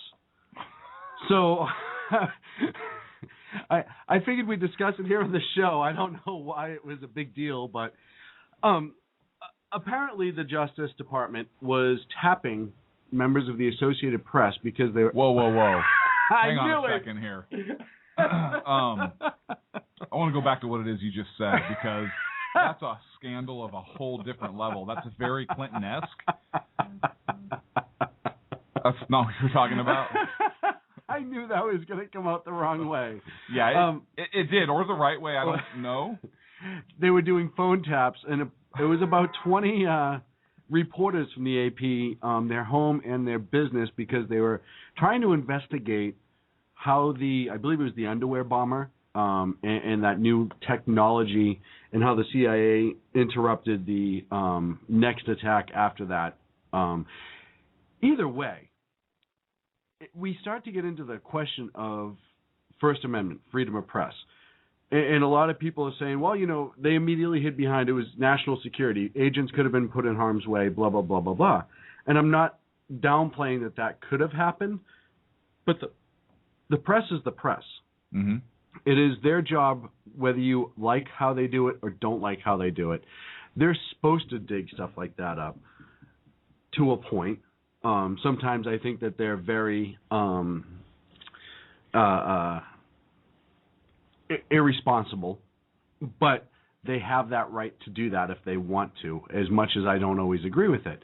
And it brings up the question, how far will this government go to stop free speech? The whole talking point of Eric Holder this week is, hey, you know what? It endangered Americans and endangered Americans, but I didn't know because I recused myself. But okay, first of all, if you didn't know because you recused yourself, how do you know that it endangered Americans? Right. First question. But second question, the AP held the story they were concerned about at the request of the government. Mm-hmm. Whether it was CIA, the White House, I don't know, but they held that story at somebody's request in the administration, and then it came out after an agreed upon amount of time or whatever it is. So if that's the case, then I'm going to have to call BS. Yeah, absolutely. I'm not a huge fan of the AP because I think that a lot of times AP, another progressive. They go under the narrative that this White House allows versus doing what their job is supposed to do, which is to be guardian of the Republic. Holder was, again, testifying in the Ways and Means Committee, I believe. I'm sorry. I think it was the Ways and Means Committee. Either way, this was him recusing himself and explaining why. Somewhere. Find the clip, Sacco. It was recently reported by the Justice Department, or reported that the Justice Department obtained 2 months of telephone records of more than 20 reporters and editors with the Associated Press, including both work and personal phone lines. There's been a lot of criticism raised about the scope of this investigation, including why the department needed to subpoena records for 20 people over a lengthy 2-month period. Why was such a broad scope approved? This sounds like Rooster. Yeah, I mean, there's been a lot of criticism. In fact, the head of the RNC called for my resignation in spite of the fact that I was not the person who was involved in that decision. But be that as it may, I was recused in that matter, as I described, I guess, in a press conference that I held yesterday. The decision to issue this subpoena was made by the people who are presently involved in the case. The matter is being supervised by the Deputy Attorney General. I am not familiar with the reasons why the subpoena was constructed in the way that it was, because I'm simply not a part of the case. It's my understanding that one of the requirements before compelling process from a media outlet is to give the outlet notice. Do you know why that was not done? There are exceptions to that rule. I do not know, however, that with regard to this particular case, why that was or was not done. I simply don't have a factual basis to answer that question.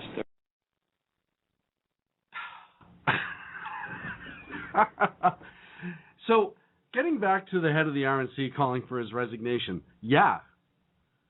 They also called for it after Fast and the Furious when you were held in contempt. So, the fact that you're sitting here again and the Justice Department did something that it sounds like they weren't supposed to be doing. Well, did the Justice Department prosecute himself after he... Oh, they recused themselves from that. How can he sit here while testifying and say, I have no idea why he would call for my resignation? Well, do you think that maybe it's because you haven't done anything right the entire time that you were... No, that can't be it. Okay, moving on. He should have just excused him right there and said, no, you know what, Attorney General Holder, you're allowed to leave because obviously you were too brain dead to sit through these proceedings. So thank you. Enjoy the balloons. You know, like, you start tapping into media and you start infringing on the First Amendment.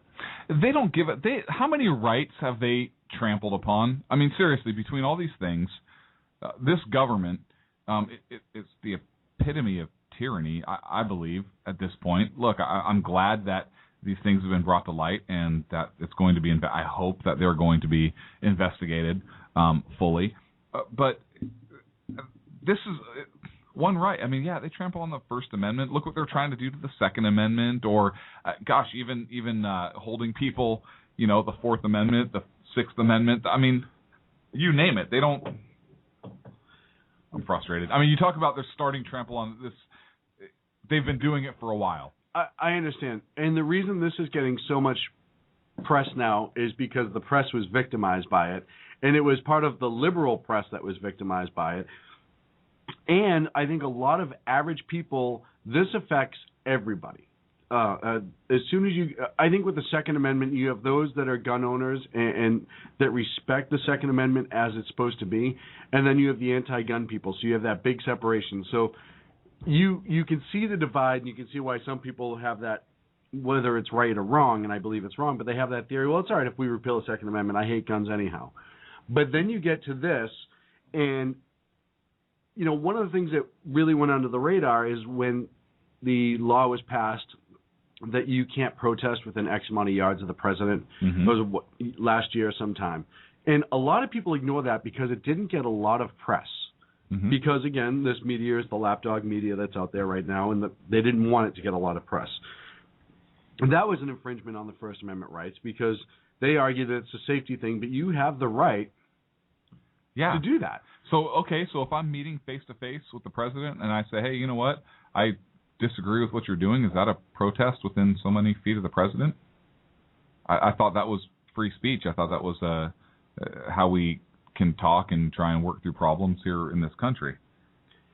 And then you push it forward, and I think a lot of people look at it and go, yeah, all right, so guns not my thing, but wait a minute, now they're going to say what my media can tell me, whether it's acceptable or unacceptable? You know what I mean? And the media, even though they choose their narrative lots of times to be able to be checked upon, listen, it's not like if they came out and said, hey, you know what, we expected one guy in the Associated Press to be selling secrets to China that he was getting for members of the CIA, okay, that's a different animal altogether. Yeah, we got his phone records, her phone records, whatever it is. Right. But to do a broad 20-person phone tap, home and personal records, because they work somewhere, because you're butthurt, essentially, whether it was for the president down or Holder doing it on his own. And, again, you can't tell me that he runs the Department of Justice. You have 20 members of the press corps who are being investigated via phone taps. You can't tell me that he does not know. How do you deny that? It is ridiculous. And if he doesn't know, it goes back to the narrative of incompetency all the way up and down this administration. But again, look, it's reasonable to believe that he knew, but we have to be able to prove. You have to follow where the facts go. That's what I mean. You have to be really careful here. You have to be really careful about jumping to conclusions or convicting this administration based upon just all speculation or whatnot, because I think if the Republicans, anybody in Congress, but the Republicans most likely to call it out and call for impeachment right away or anything like this, I think that it totally shuts down the conversation that we're able to have to get to the truth, because then people just say, oh, it's just all about politics. It's all about politics and not the facts. So I think the Republicans have to be very, very careful about how they proceed and just go where the facts lead them. Look, do a thorough investigation, and the Democrats, I would hope, would be right along with them on all of this. Benghazi, yes, because Americans were killed. The IRS, because obviously that's a huge deal. And the AP thing also. But let's talk IRS, because that's what the Dems seem to be really, really angered about as well, this outrage that they're talking about. I think that you have to be able to follow the fact. I keep saying that, but look, if you start talking impeachment too soon, or even at all, if the facts don't bear it out, you're gonna lose on this issue. I mean, you have to walk a very careful line, and really, it doesn't even have to be a careful line. You conduct a fair investigation, because look, whether you agree with the president or not, whether you like his politics or not, whether you like him or not, he still is the president of the United States, and I'm not one for bringing down the president of the United States. We're talking about impeachment just because I don't like his politics. Right. The office holds a lot of clout. Even if you don't like the man that's in the office, you have to respect the office as a whole. You absolutely do, and so that's why Republicans need to tread very carefully. But look, go where the facts lead. Well, so then the president, upon hearing this, came out the other day, and he brought up an old idea that came out about this. So, the whole goal of this media shield law that was worked on and largely endorsed by folks like the Washington Post editorial page and by prosecutors, was finding a way to strike that balance appropriately. And to the extent that this case, which we still don't know all the details of, to the extent that this case has prompted renewed interest about how do we strike that balance properly, then I think now's the time for us to go ahead and revisit that legislation. So, just like Benghazi, we don't know all the facts yet, but let's go make a law to make sure this doesn't happen again. There's already legislation in place to protect them. It's called the First Amendment. Oh, that's right. I'm pretty sure it passed a long time ago. Why are we trying to pass? I have an idea. Let's pass a law that guarantees the right to people to keep and bear arms in order to battle tyranny should it rise in this country. We did that. Oh. Huh. What about... and Rooster voted for both of those. I think it's great that we have one of the original signatures of the Constitution that's a regular contributor. Right, the Bill of Rights. Getting it right from the rooster's mouth. This is him coming out right now and just saying, hey, we don't think anything bad happened, but we're willing to pass a law to make sure that something that didn't happen doesn't ever happen again. Okay, so did it happen or did it not happen? Because if you're so quick to pass a law to keep this from happening again, that's kind of like saying, yeah, this probably happened, and I have to do something to save face on it, in my personal, humble opinion. Yeah. Look, because I have to look like I'm doing something. First of all, if you really didn't know what was happening, then how do you know what it is you're passing legislation to fix, right? And if you did know something, then you're not being honest with what you didn't know. Huh. I'm confusing myself.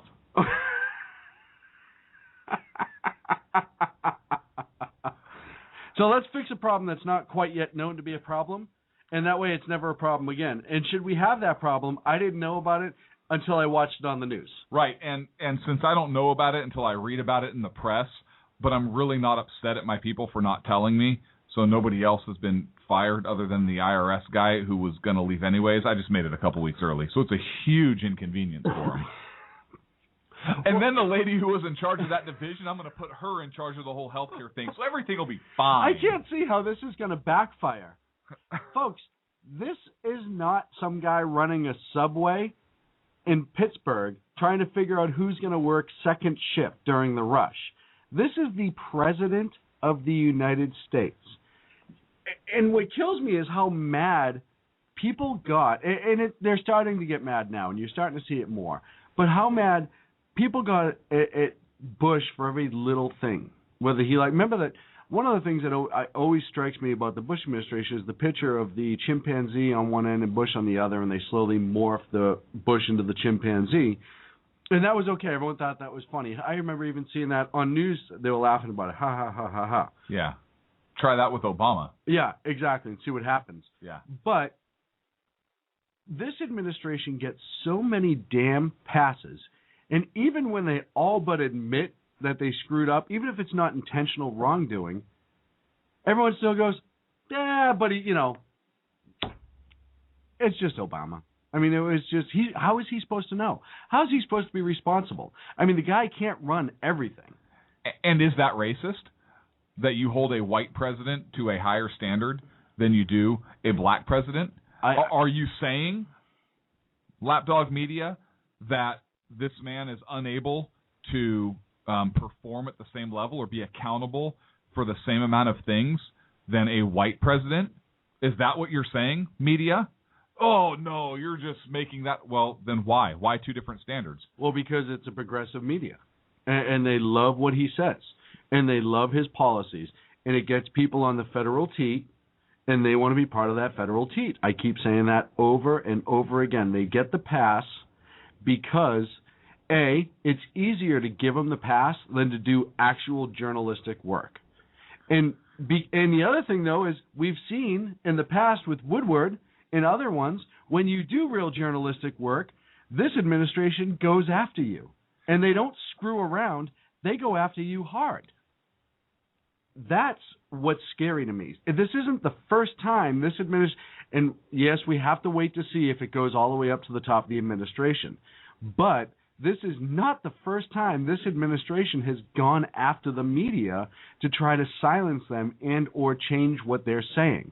And that seems to not be brought up. That I haven't heard that argument at all since the AP thing come up. Is, hey, look what they did to Woodward. Look at what they did to that former Clinton aide. Same type of thing. They were about to come out with something that was looking bad for this administration, and all of a sudden, well, you can't say that. Blah blah blah blah blah. This, that, and the other thing. Where's that outrage? The media is being targeted. The First Amendment's being targeted. The freedom of the press is being targeted by this administration, and that needs to be brought to the forefront. This isn't just the AP, folks. This isn't just an isolated incident. This has been ongoing for a long time. I mean, you look at there was a news reporter out of St. Louis, and I read the story, and I was amazed. He interviewed the president last year sometime, and he was pretty hard-hitting with him on Benghazi and a couple other things. It was after the Benghazi attack, and he hit him on a lot of things. There was a local newscast, blah, blah, blah, blah, blah. And he said going into it, all of his aides and assistants, all of the president's people, very nice and polite. After the interview and after this, local nobody reporter, so to speak, it'd be like Sackhead's interviewing the president. He hit him with some hard stuff. He said within days he was audited by the IRS. And he said, it's amazing. I've never been audited my whole life. Yep. He said, I have very simple tax records. He's like, I have a house, I have a wife, I have 2 kids. That's it. I don't own secondary properties. I don't own businesses. I don't blah, blah, blah, blah, blah. Never had an IRS audit before. I go after the president with what I thought was journalistic integrity. Yep. I was not disrespectful. I was not rude, but I but I asked hard questions and expected the hard answers. And he turns around, the IRS turns around and decides, ironically, that it's time for an audit. So that's yet another story. So I'm sure he's got it planned that it'll never come all the way back to his hand because that can't happen in his mind. But where there's smoke, there's fire. This can't just keep happening and have people go, yeah, but, that's just this one it's no longer an isolated incident. No, there are too many examples. I am sure they listen to my phone calls. Yeah, you mostly because they want to know when I need to bring home a gallon of milk. You brought up Bob Woodward. Well, he said that in a show that and it was on MSNBC, I believe, the morning show. He said that look, there's some similarities between Benghazi and Watergate. Yeah, absolutely. And he knows a little something about Watergate. He was there. He was kind of involved in it a little bit. So I read a progressive blog this week, and it was essentially the whole gist of it is with the whole media thing with Benghazi. All it is that the Republicans are just clawing. Now they're just clawing, just trying to get whatever they can. The midterms are around the corner. They're all racist for the most part, and the ones that aren't racist just hate this president because they're told to. This, that, and the other thing. And that this whole narrative has no substance. This whole calling the president out on his shortcomings, mistakes, and or intentionally incompetence or untruths. Just say that. Right, incompetence or untruths is all race based or religion based or this, that, and the other thing. And I said, well, haven't you read? And I tried to argue with it, but I didn't get into it. Haven't you read anything? Haven't you paid attention? You have different media people, which, by the way, Woodward and Clinton's aide, they were in his pocket for a long time. They were part of the narrative for a long time, and then they stumbled across something that was damning to them, and they felt that they had to put it out there. I wonder if he was audited. It's going to be interesting to see if that comes out, too. This guy, St. Louis, same thing. Hey, you know what? I'm just some small-time reporter. I got my big chance. I was going to do the right thing with it. I was going to ask hard-hitting questions. Oh, look, I'm being audited. There is a trend going on with this administration. If you apply for an IRA, for a 504C, and you have Tea Party, Patriot, or Liberty, which you want to talk about, 2 out of the 3 of those are things that should be in a lot more stuff that's not out there, Liberty, Patriot, then you get targeted. There is a continuing narrative going on here. And, Eric Bolling, he is on Fox News, Yeah. The Five. Great show. I like him. I like listening to Bob Beckel too say some things because look, I disagree with Beckel's politics, but he's fair in a lot of areas. But Eric Bolling talked about on The Five, and I believe it was today when I was watching, that he was all of a sudden audited by the IRS. Also had a couple agents knock on his door, and his wife called him all upset, and he ended up having to deal with the IRS basically saying, hey, have your husband call me. And he's never had any issue. And he's convinced it was because of his political views also. So, I mean, again, you talked about all these little stories kind of adding up.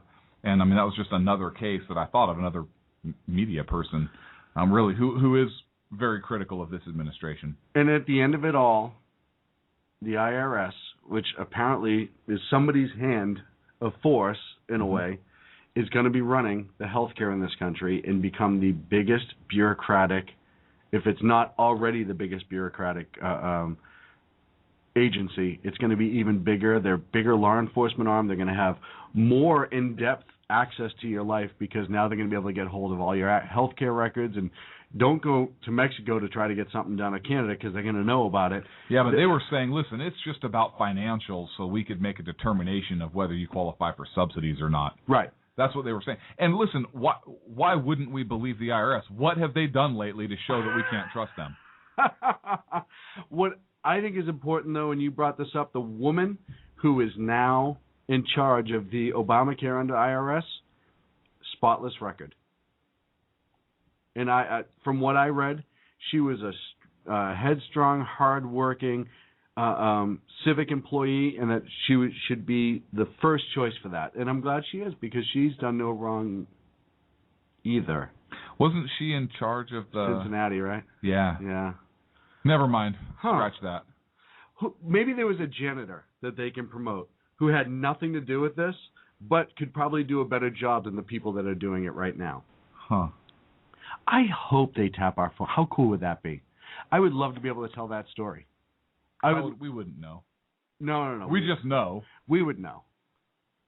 Because eventually, over the phone, when I'm having one of my long, annoying conversations with somebody, and they're like, oh, make a point. Sorry, that wasn't us listening to you. I'll know. Because I could bore them into blowing their cover. At the end of the day, I have the most mind-numbing phone conversations on the face of the planet. And we do it for 2 hours every Friday. I know. But if they're listening in, they're like, hey, so what would you dare Joe Biden to do? Hey, so we have this game we play when we're listening into you guys. So how about this? If you leave a comment, FBI, just put not FBI as your screen name. Right. And that way we'll know it is not you specifically. Right. I hope we get some good submissions on that. That's going to be a lot of fun. The Joe Biden? Dare Joe Biden. That's one of my funnest things that I think we've done. I hope we get some FBI or some White House staff that does call in on that. I dare Joe Biden to go onto our website, sackheadsradio.com, and enter a submission for Dare Joe Biden.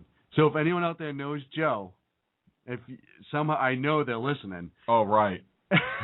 If you know Joe, get the word in. We'd love to have him submit one. I would love to have him on the air, and I would even say this.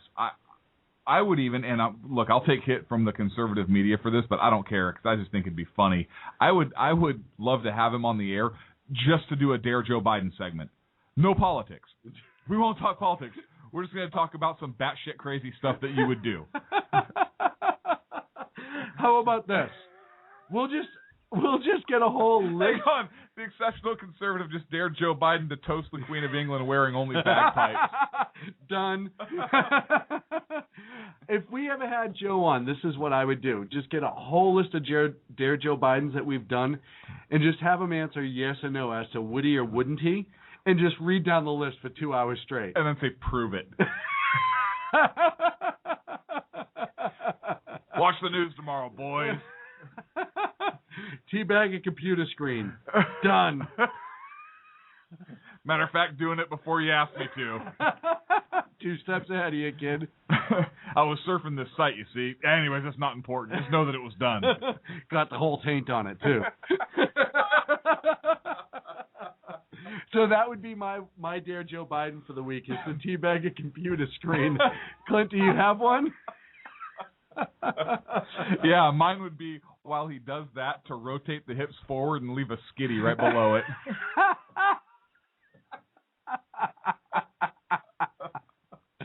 I love the fact. I think it's awesome how this show can go so dramatically downhill in just a matter of a few seconds. That makes me so proud to be a part of this. Listen, we said sticky, progressive juice, and skitty all on this show. I mean, come on. And teabag. And teabag. Thank you, my friend, for an excellent show. It's been a pleasure. Always is. Thank you to Ken. Thank you to Rooster. Thank you to Sacco. Sacco. Yeah, we'll find him Sacco? eventually. Huh. I think he got himself locked in the closet again. So join us next Friday night for the Sackheads Radio Show. Check us out, sackheadsradio.com, on Facebook /sackheadsradio, on Twitter @sackheads. Look for our new feature on our website, Dare Joe Biden. Where's Andrea been? Where is Andrea been? We got to get her. I miss Andrea. We need to get her on the show. We need to get her on the show. We'll see you next Friday night's show.